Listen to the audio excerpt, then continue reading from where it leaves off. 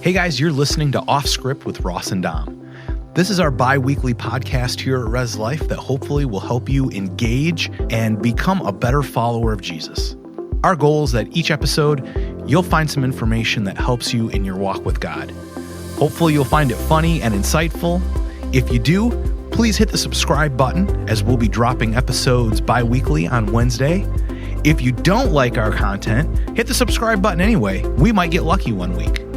No matter what you do, thanks for listening. We're off script.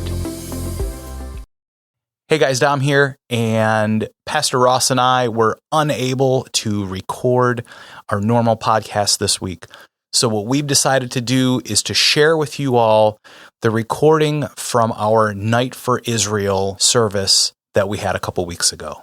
Now, this is firsthand information right from the director of Maoz Israel, and we were so excited to have him live and in person on a Sunday night that we are sharing this message with you guys all this week. Now, Pastor Ross and I will both be back next week, don't worry, but for now, you're off script with Maoz Israel. My name is Kobe Ferguson. Our ministry, Maoz, is a Hebrew word which means strength.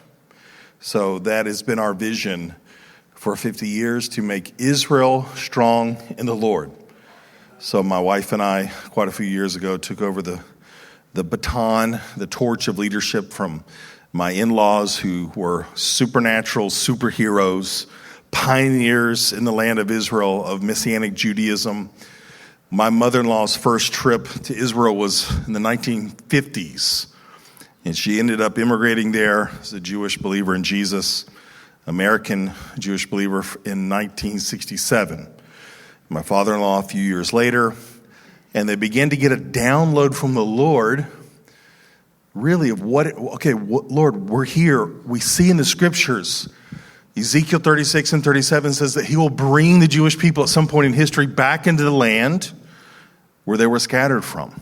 We see in the scriptures that the Lord has a purpose and plan for Israel. 1948, Israel. We see a fulfillment of Scripture, something that we've never seen in the course of human history. A nation who was scattered, a people group scattered, coming back to their own land. It's never happened, guys. In 1967, we then have a reunification, or the city called Jerusalem back in the hands of the Jewish people after nearly 2,000 years.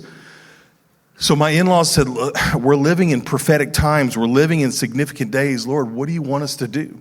So they began just very slowly printing materials, translating books from different authors around the world into Hebrew, because they realized some of the stronger believers out of, I think, the 5 believers they found, some of the stronger believers actually spoke another language. They could read other books about the faith. And so they began kind of this journey of what is it like to create a society and culture in this day and age that believes Jesus is the Messiah as an Israeli culture. So Maoz being one of the foundational ministries, we can see throughout our modern history of Israel, this ministry just has been alongside, witnessing some of the high points and some of the difficulties. My father-in-law actually served in the Beirut War, the Lebanese War in 1982. He just was given a commemoration medal of honor for this. For many years, they didn't even recognize that we really were in Lebanon. So now all this has been kind of unclassified. So many great things that we've seen. But nothing prepared us for what we've been experiencing in this last several years. Some people say, Israel's always at war. It's another attack. It's another this, another that. It's true. It is another attack. It's another round of difficulties, but it's unlike anything we've ever encountered. So I've been in Israel most of my life. My wife likes to say she imported me. She was born and raised. You'll hear from my wife at the end. I have a video that I'm going to share at the end of my sharing. She likes to say she imported me, and my wife and 5 children were born in the land of Israel. And all of our workers in Israel, about 20, full-time and part-time workers in Jerusalem. Our base is located in Jerusalem. We have a lot of different things happening. I encourage you, by the way, to get some of our newsletters that we brought for you. If we run out, which it looks like a lot of people got these before the doors even open to the sanctuary, please sign up. We want to get you information. We want to get you materials. That's one of the things we do in our ministry, is to serve Christians worldwide, to let them know what's happening, what's really happening in the land of Israel. So please connect with us. That's a part of what we do as a ministry. We put a lot of investment and time into communicating, into media. We have a lot of YouTube teachings, YouTube updates and videos about the war that's happening. So please connect with us. We have a table in the back. I'll be in the back. Come talk to me, ask me questions. I always tell people there's no stupid questions, only stupid people. But anyway. But anything, seriously, anything you want to know, I'm here. I've come 8,000 miles to give you, probably even further for you guys. So I'm here to communicate with you, to connect with you, and I'm so glad to see what the Lord is doing in this modern age to connect His Gentile church with His believers in the land of Israel. We are in historic times, guys. And also historic times of difficulty. Some of the things I'm going to share might be a little bit difficult, but this is par for the course of Israel. The Lord has great plans for Israel. He's going to return there one day, right? That's big news. But there's also going to be great calamity and difficulty along the way. There's no great testimony without a test, and unfortunately, Israel has and will experience the ultimate testing. But we also know the Lord has promises for His people, and He will not leave these promises unfulfilled, unanswered. Just like He has promises for you, you can grab a hold of these things and count it. That the Lord said, I will bless those who bless Israel. The Lord said, I will make you, Abraham, a blessing to the families of the earth. True. And He will not forget His promises to the fathers, Abraham, Isaac, and Jacob. He will not forget His word, where He said in Romans 11:26, all Israel shall be saved. That, our friends, is what Maoz is about. That's our goal. That's our vision. That is our focus, is to see all Israel saved, to see salvation come to these Israeli people, both Jews and Arabs, in the land of promise. But I like to say, before we see all Israel saved, we have to see some saved. So we're not at that great revival that it's promised many places in the scriptures, but we're getting closer and closer and closer. I don't know how much time we have till the end, but guys, we're getting closer. We have never been attacked directly by Iran. Some people called me from the States and said, this is just like another attack, right? I said, no. We've never been attacked directly by Iran. They struck at us last April, and then again, we had a 12-day war recently. You might have heard about it. This is new stuff, new territory. They were on the verge, and still might be, on breakthroughs to create nuclear weapons. And you need to know that once they create nuclear weapons, their intention is to destroy Israel. They're very vocal about it, especially in Parsi, in their language. They're not hiding these things. On October 7th, 2023, we saw an invasion of our southern region in Israel. How many of you heard about this? It was something we had never encountered before. The brutality and the atrocities were on levels of the Holocaust. In some ways, they did things that I won't even go into details that surpassed even things we saw in the Holocaust. In those first few days, it was crazy. We'd never seen so many, and I'll explain because we were talking earlier, it's good to say some things that maybe I would take for granted that everyone would know. Of course, in Israel, at 18 years old, everyone serves mandatory army duty.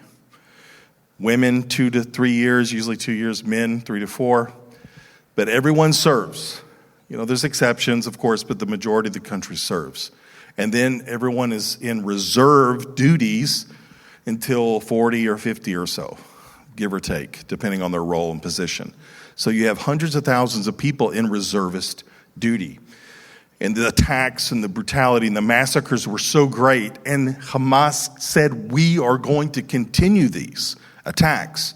So basically daring us, hey, stop us if you can.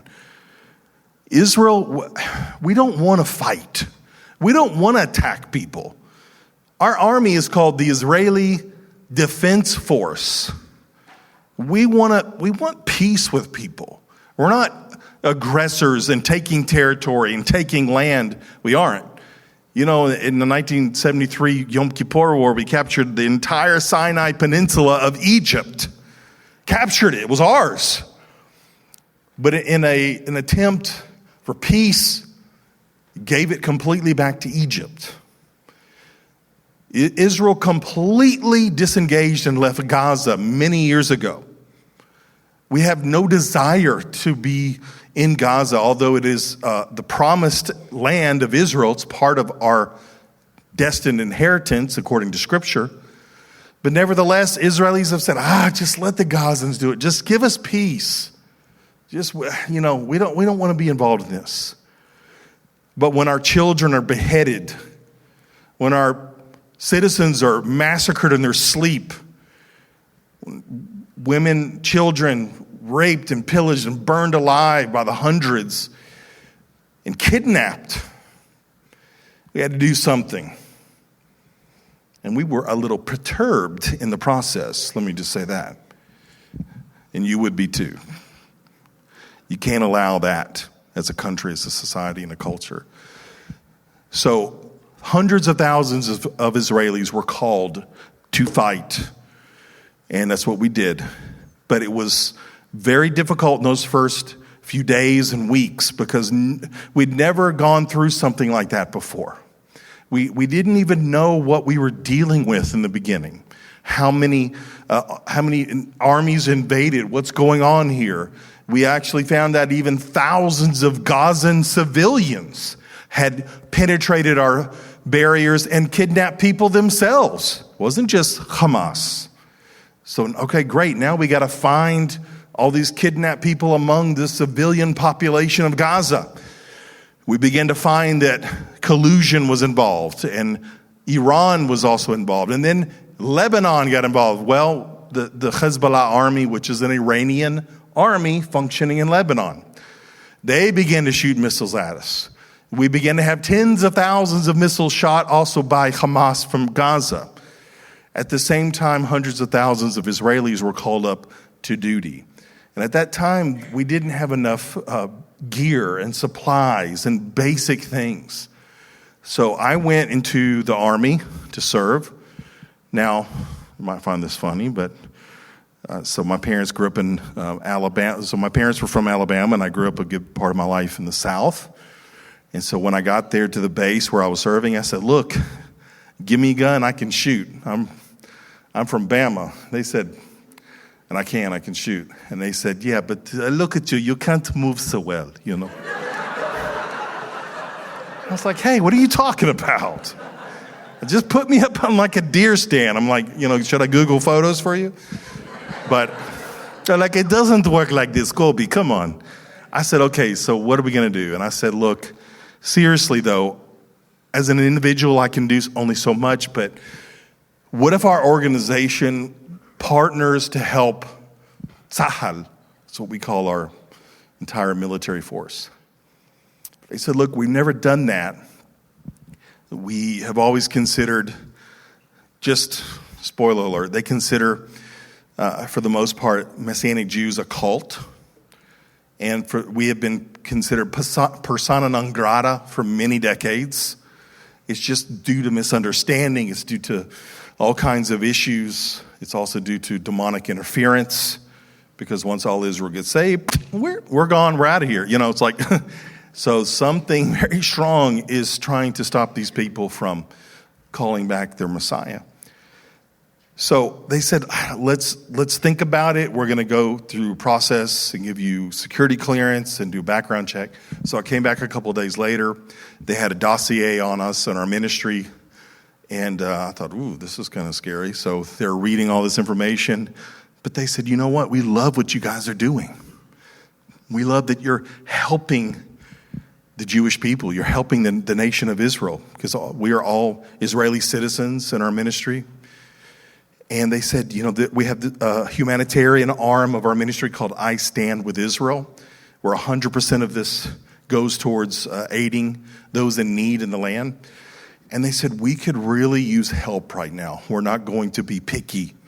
So this began a process of us doing everything we could to provide things like boots and shoes and water and bulletproof jackets that we were able to get a hold of. And the Lord just began to open doors, open an effective door of ministry in a way that we had never seen of decades of being in ministry in Israel.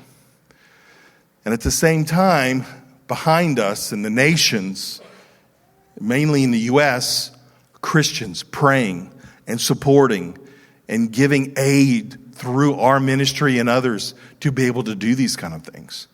So one of the bases that I served at, you can show, I don't know if you have the photo of me. This is the first place I went to. This is on the border of Lebanon. One of the guys shot the photo right before I tinkled on myself, but when they shot this round right by us. And this just kind of became kind of old hat. We were just used to pulling up into these military bases on the border, one on the border of Gaza, one on the border of Lebanon up north, where they're just engaged in tank battles. It was very intense, and there were all kinds of needs these guys had. Just basic things. It took weeks and months before the supply chains could kind of smooth out. And so the military began to work through us and with us to provide them all kinds of things. And on one of the other bases where I did most of my work and my help, I helped these guys with some media equipment. And that's what, at first I said, I don't really understand what you need this for. And then they did another security check and clearance for me. They said, come back, because we want to show you what this media equipment is to be used for. I went on this one base, and there was a huge tent set up, even bigger than this entire sanctuary, in the middle of a big field.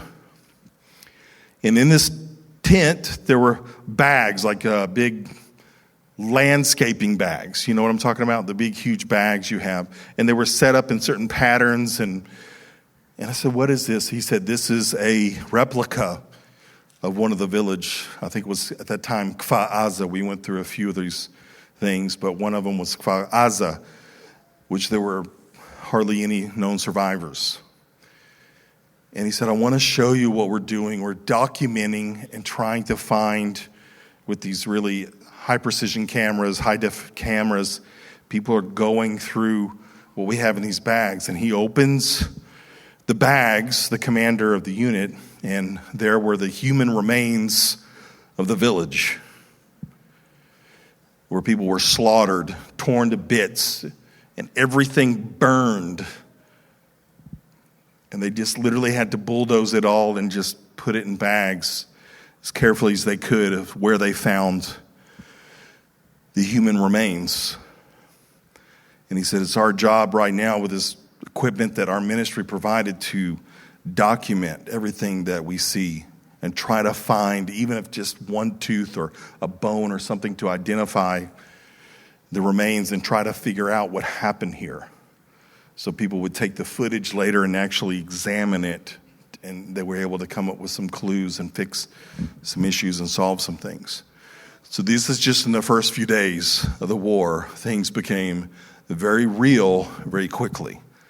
Our ministry, half the people went to fight, and half the people, I'm not talking about fighting like me, those guys that can't move. I'm talking about real combat heroes and soldiers went to protect our people on the front lines.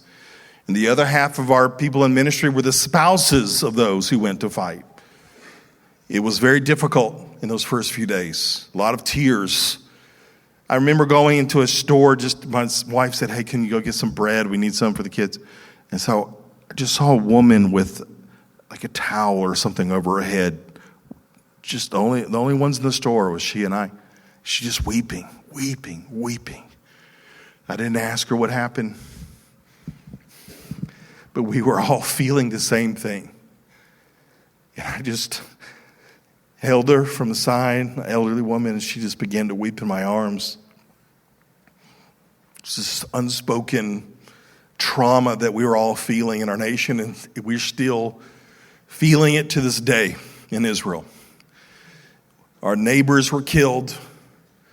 We've seen so many people that we've known killed in battle and also in the attacks of October 7th.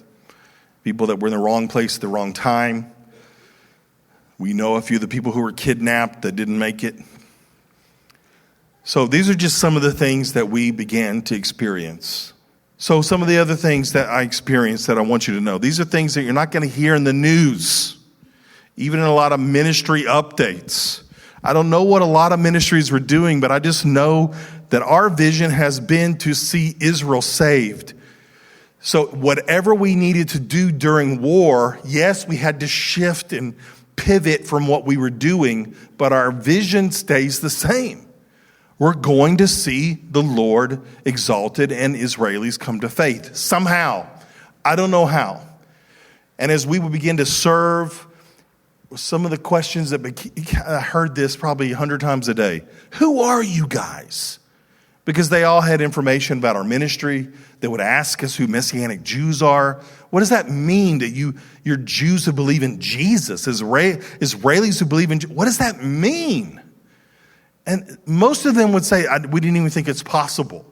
Like a Jew can believe in Jesus, and so we'd have to do a lot of explanation.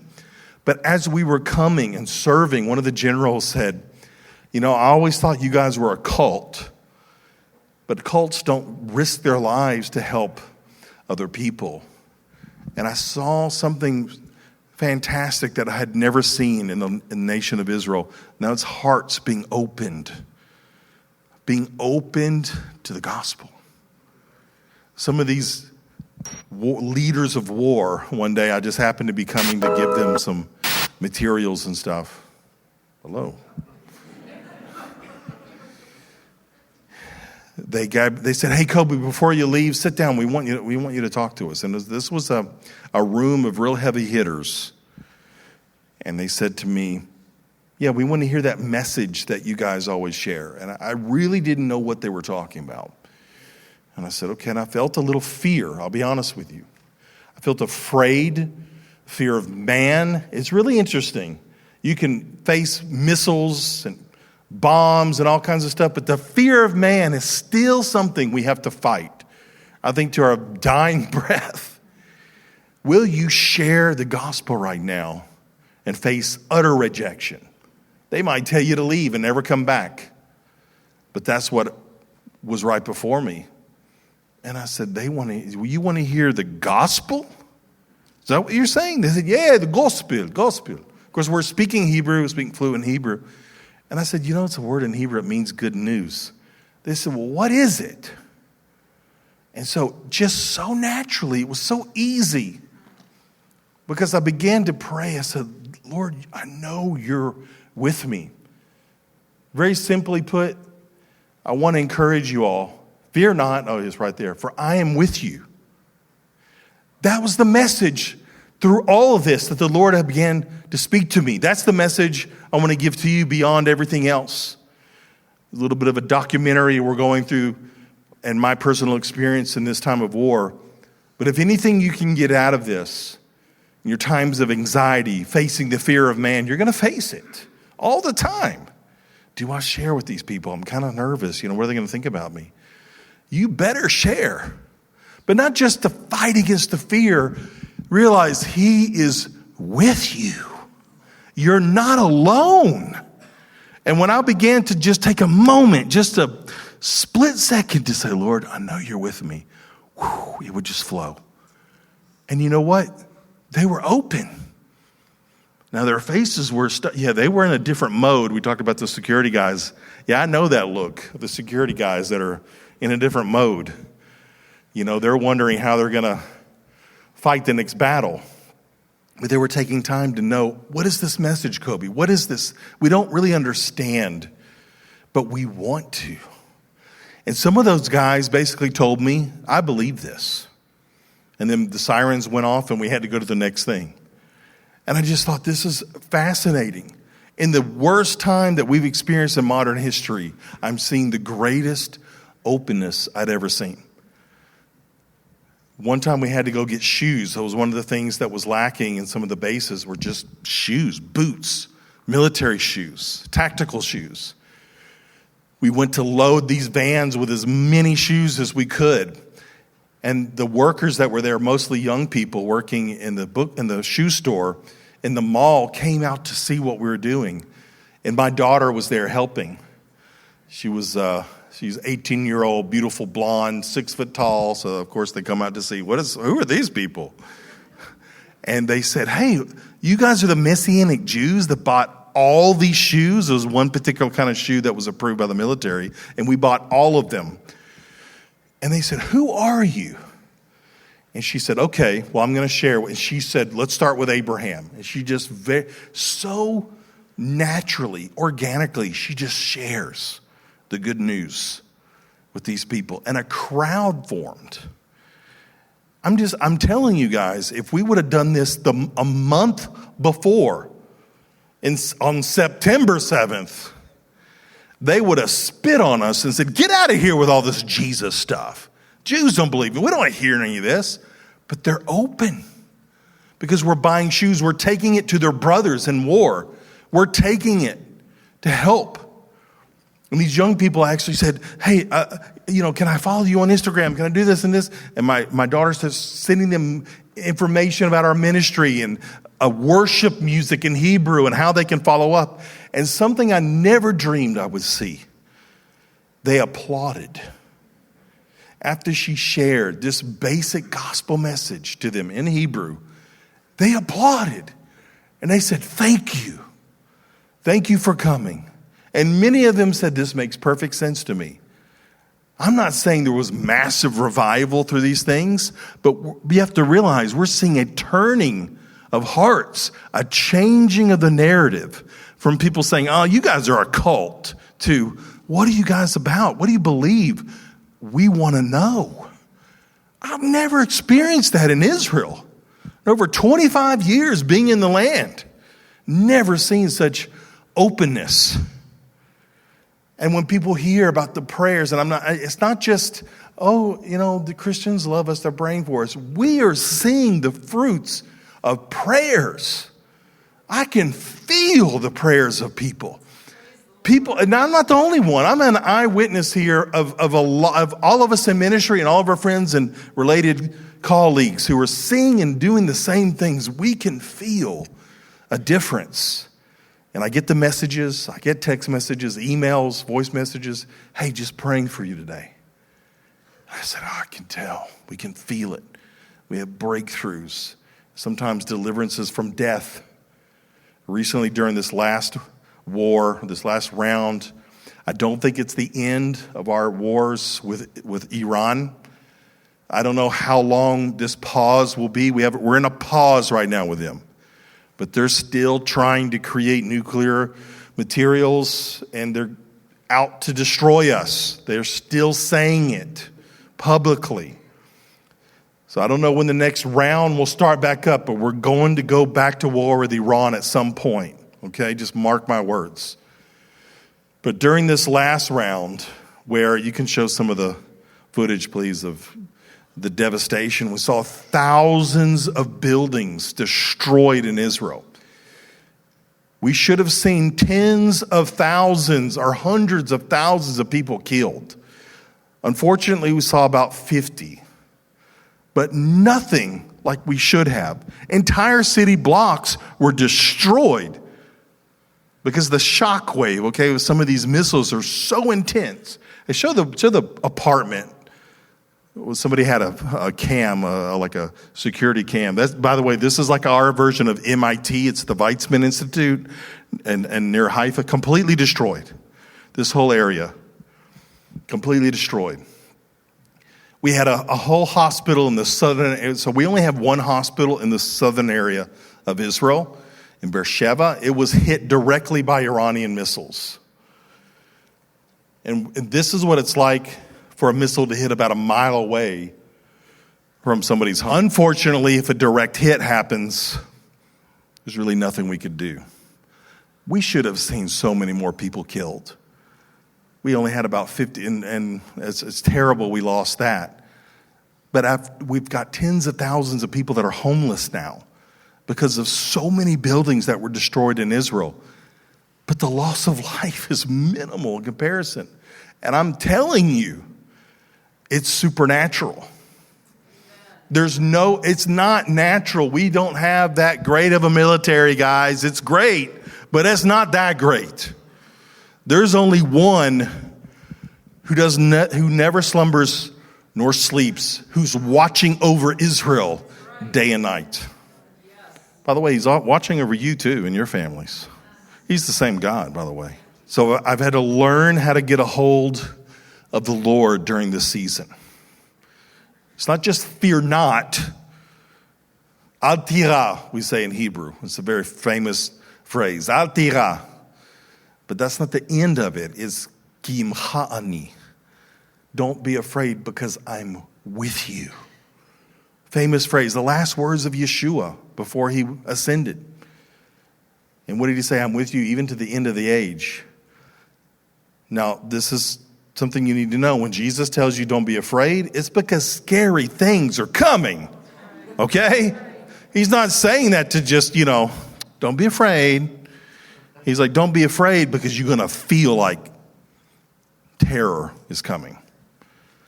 But if he says it, we can do it. If he says, I am with you, he is. I was in Africa a few years ago. This is around the time that the Iranians had started really ramping up their nuclear efforts. And I was with a disciple of mine. We went to be involved in some church planting there, some different countries in Africa. And we were in this airport, and we were just in this mode. How many of you know what I mean? You're just like this divine encounter mode. Like, God, show us people to share with. And is there something that we can, connect with somebody about and talk with them about the Lord? And this guy was this very nice professional businessman pushing his luggage, and he had a briefcase open. And in the briefcase was written, this magazine was a Newsweek magazine that said, The Promised Land. And I said, that's it. My friend said, let's talk to him. And I said, excuse me, sir, how are you doing? He said, oh, I'm doing okay. And my friend said, your magazine. And he looked, he said, what do you mean? He looked at it, he goes, I don't know, I just picked it up there at the bookstore. And my friend said, we're from the Promised Land. It's an Israeli guy, excited. We're from the Promised Land. We couldn't really tell where he was from. And all of a sudden he said, the Promised Land? You're from the Promised Land? I'm from Iran, and there is no Promised Land. I thought, oh, okay. Now, this is one of those things you're just going to have to believe me. You can call my friend Serge if you want. We can verify it. This guy was walking, and he said these things to us. I mean, I saw real hatred in this guy's face. None of us were near him. Nobody else was near him. He was pushing this cart, and it was like a 15, 20-foot tall person slapped him. And he went flying a few feet in the air, landed on his face. Just nasty, not even a good landing, just sliding on the pockets, came inside out. His luggage all came open. I don't even know how that happened. And he's laying on the ground, and there's this mess. I mean, it's from here to the drum cage, even more than that. And my friend and I are looking at each other like, what in the world? I mean, did we just see that? And so we go over to try to help him, and he had this look of terror in his face. And he just starts screaming like a little kid, "Leave me alone!" And so we said, okay, we left him alone. We were going to try to help him. And I mean, we didn't really even know what to say. It was time for us to get to our gate and get on the plane. And we were just sitting there looking at each other. And my friend said, "Kobe, the Lord is with us." And so I think about these things when Iran is trying to get us. My guess is it was an angel. I don't really know what happened, but it was one of the most unusual things I've ever encountered. And I said, but it was just happenstance, Iran? I'm from Iran, and there is no promised land. Well, guess what? The Lord says there is a promised land. Amen. And just so you know, we love the people of Iran. It is the evil regime that needs to fall. It is the evil regime that we've been fighting. But the people of Iran, many of them love Israel. We get messages from people from Iran. My wife and I actually led a worship service in Iran. We were doing it through Zoom, okay, so right there. We led a worship service with some underground believers on Zoom or Skype. Back in the day it was Skype. People in Iran, and they were singing songs in Hebrew that we all knew. And they were like, "Oh, we love Israel so much, and there's so many people like us." But they started singing so loud. One of them said, "Shh, we got to be quiet. If our neighbors find out, we could die." And I was like, "Oh, yeah, okay, let's get quiet." So we love the people of Iran. God has a purpose and plan for the Arab nations. And guess what? God's purpose and plan is not Islam. God's purpose and plan is for them not to be under the domination of a cruel taskmaster. The Lord wants them to be saved. And that is our heart. And that's our desire as well. Another thing I'm going to share fresh off the Associated Press of Heaven before I leave. This is something fresh that's happening. I just got an update from my friend today, so I'm going to share with you. We actually have an outreach happening right now with Gazans. Now, you can't really go reach Gazans with the gospel because of Hamas. I have a friend who he was born and raised in Gaza, and he used to be one of the greatest soul winners in that area, and they killed his disciples. And he and other families had to flee for their lives. It's a long story. But recently he's moved to other countries in Europe, and he called me recently and said, "We've got to find a way to reach the Gazans." And I said, "But how?" He said, "Kobe," he and I were involved in Muslim outreach for a number of years in the West Bank and other areas. And he said, "Kobe, they've been relocated to other countries." See, when we hear things on the news, we just think sometimes a certain thing. Or we hear this commentator, or we hear this guy, he studied in, Hubba Bubba University or something, like, oh, he knows, he's an expert. Do you understand we're dealing with the creator of the universe who might have a little bit deeper purpose and plan than we do, or he does? Or the 3-letter digits of some news station? So we hear, they're moving Gazans out. This could be you have pros and cons. Now I'm hearing an opportunity for the gospel to reach Gazans because they're in another country and people can go reach them and it's safer. It's kind of like the fall of the Iron Curtain that happened, if you remember, when millions of former Soviet Union members and countries got saved. This is similar. We're in the beginning of some shiftings and changings of paradigms and cultures. The Lord raises up kingdoms and he squashes them like a bug. We're dealing with a new era in humankind right now, guys. And I want to say, before I show this video, and I'm going to end, thank you for supporting us for 25 years. Not even knowing who we were.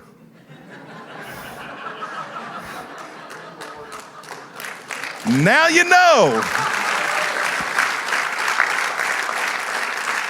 But really, it does amaze me, and he probably wouldn't like me doing this, but it just shows that this is a man who hears from the Lord. Because it's been very impactful and very helpful for us over the years.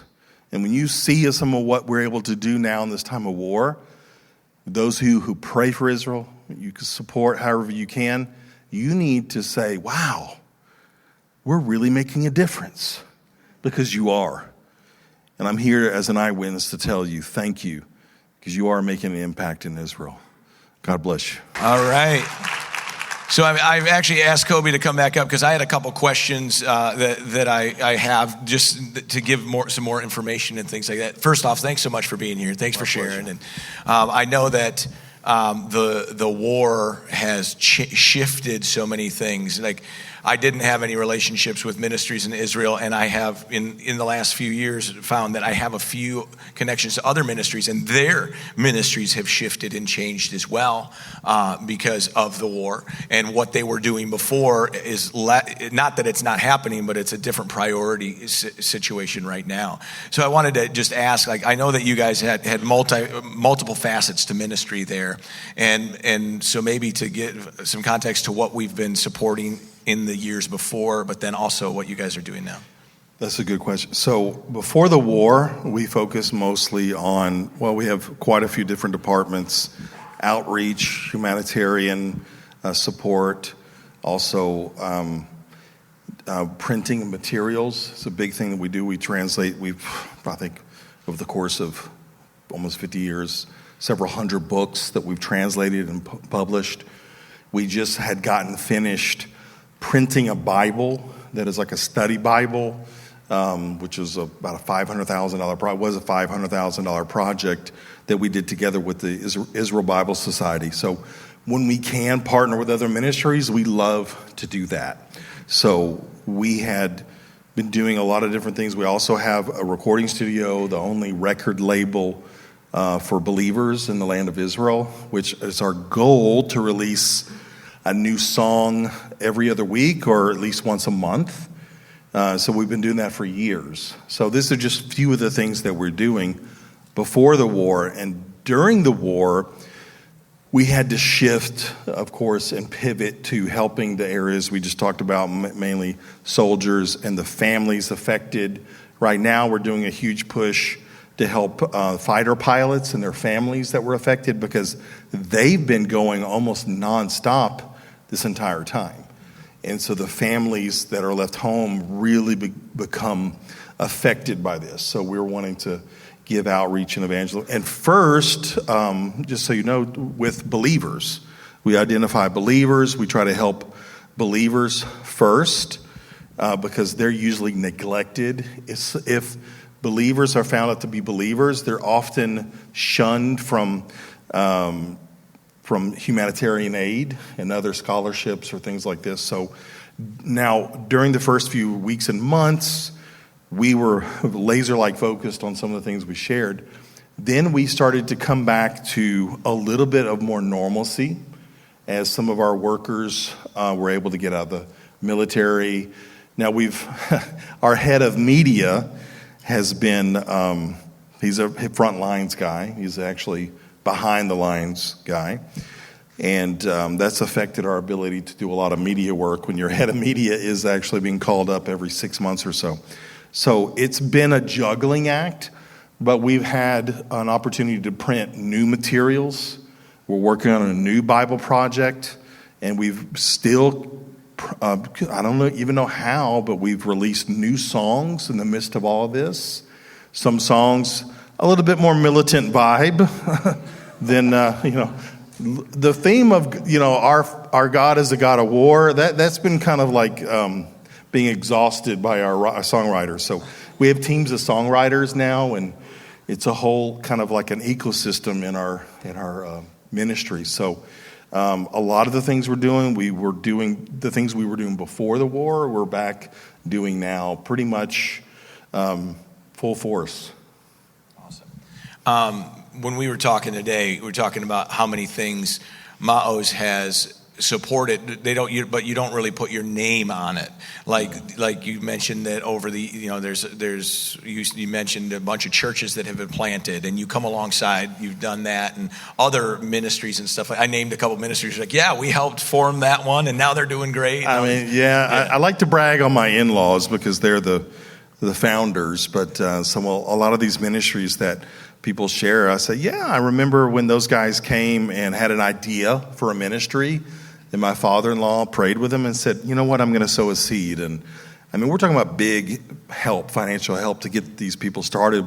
What we felt over the years is if we have an ability to help other people reach their destiny, then that is us reaching our better part of our destiny. So Maoz has been a ministry that is very comfortable with helping others get started. If we find other people do something better than we do, hey, let them run with it. Why are we doing it? Now they're going to have to get after it because we're doing a lot. You know what I mean? So they're going to have to come on now. But we love to help others do things. We love to work with others in ministry. And yes, we don't have a single congregation, and we have a network of about 120 congregations that we support in different levels. But our name is not on any one of them.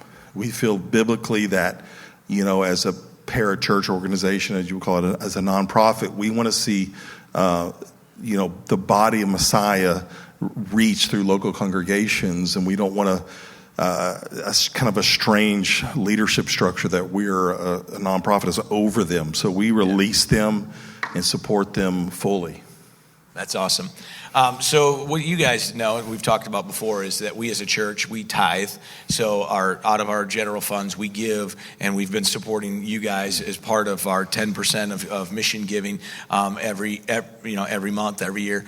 And so, but there's also opportunity for you if you would like to sow into this ministry. And I was just going to ask you, what are ways that they, if they want to individually sow into the ministry above and beyond what we do as a church, how would they do that? So yeah, I don't know, Kevin, if you have the QR code. Somebody asked us earlier. There you go. He's right on. You might be getting a raise soon. Anyway, so depends what happens. So here, this would be an immediate thing. If you can get materials from us, I think signing up to our monthly report will help you. It's not beg letters. It's not like a missionary beg letter. Of course, we let people know the projects and the different needs we have, but really is to get people information that they would never know unless they were in Israel. So that will help them because they'll get regular information going to our website. People can give online. They can mail something in. That a lot of people do that. Rachel, you can raise your hand. Is Rachel here? Oh, she's in the back. If any of you are interested, she's going to be at the table back there. She can help you find out what you can do. So online and all kinds of different ways if that's what you want to do. Yeah, I'm part of the newsletter, and I will tell you, it's really nice to have a line to a news source in a way that is directly out of there, that is Christ-centered, and that is going to tell you really what's going on, and not a biased media group on either side, okay? So I would totally recommend signing up or, whatever QR code and signing up for that newsletter. Totally worth it. It's great stuff. So. And just to add a second, if you're interested in news updates and video updates and teachings and also music coming from the land of Israel, we're releasing a lot of content on YouTube and different places. So I would encourage you to get involved. Maoz Israel, you can just look us up on YouTube, Facebook, wherever you want, and you're going to be able to get content that's coming straight from the land of Israel from the perspective of Israeli believers. I think that's what makes the big difference. Yeah.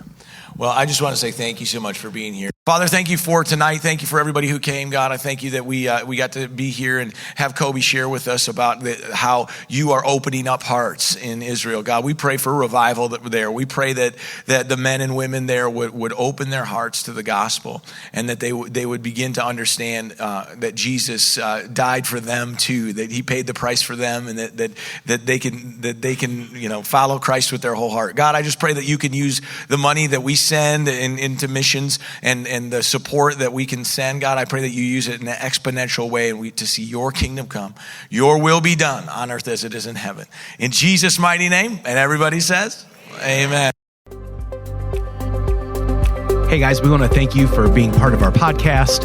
Remember, you can find us on Facebook, Instagram, and YouTube, and also at rlcbr.org. Have a great week.